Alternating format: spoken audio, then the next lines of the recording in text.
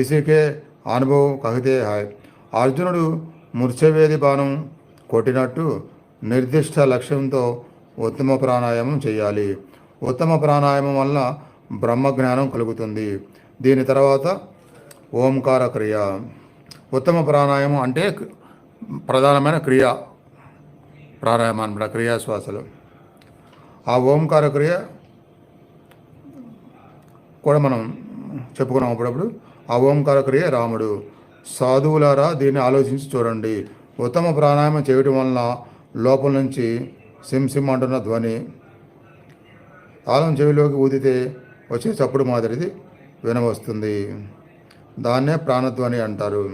ఆ ప్రాణాయామంలో మన సౌండ్ మనకు వినపడేలాగా శ్వాసించాలని నేను చెప్తా కదా, అది ఆ సౌండ్ అలా వస్తుంది.